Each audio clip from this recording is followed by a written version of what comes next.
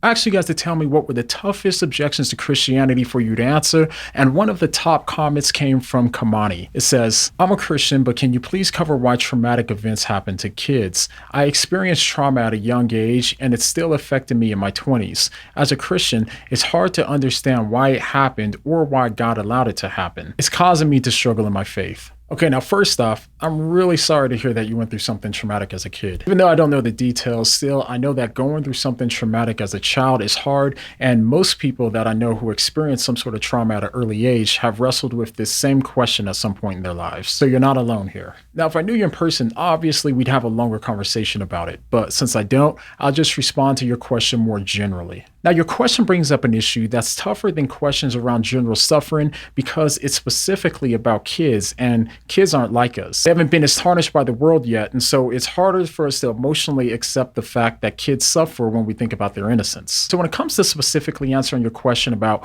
why God would allow tragic things to happen to innocent children, the honest answer is, I don't know why he would, and I won't pretend to. But as a Bible-believing Christian, one thing that I do know is that the answer can't be because he doesn't care. In Christianity, we have a God who looked down on the suffering going on in this world, and he put on human flesh and came to suffer with us, and he did so as an innocent person. So it's because of this that, at least to me, it seems to be clear that one thing the answer can't be is because he doesn't care or because he doesn't know what it's like to suffer as an innocent person. And there's something else worth thinking about.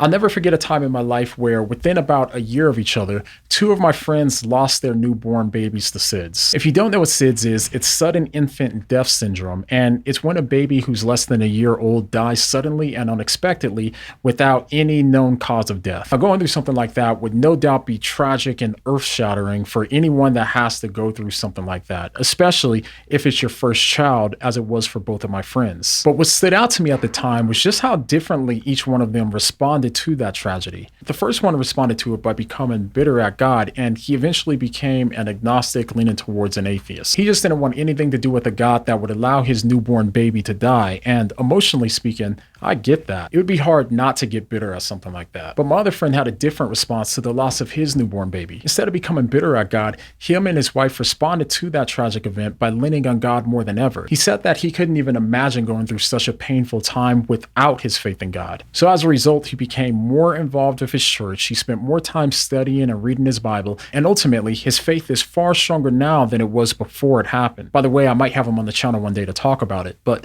one thing that I took away from seeing them both suffer was that when we go through these times that are the hardest times in life, we can allow those times to be opportunities that can either push us further away from God, or we can allow those times to bring us closer to God. And how we react largely depends on what our assumptions are about God and Christianity before these sorts of tragedies occur. So for example, if we look back to the original comment, behind his or her question, in order for a traumatic event to negatively impact their faith, there's probably an assumption that if Christianity were true, we shouldn't expect these sorts of tragedies to happen to kids. And I could definitely see how somebody would come to that assumption. But I'm also not convinced that that assumption is true. Instead, I believe that a better assumption might be if Christianity were true, we have every reason to expect that God will bring a greater good out of these kinds of evil, especially evil done towards the innocent. This assumption is consistent with the fact that Jesus was the most innocent person to ever exist. He never did anything wrong, and it was through his suffering and his tragic death on a cross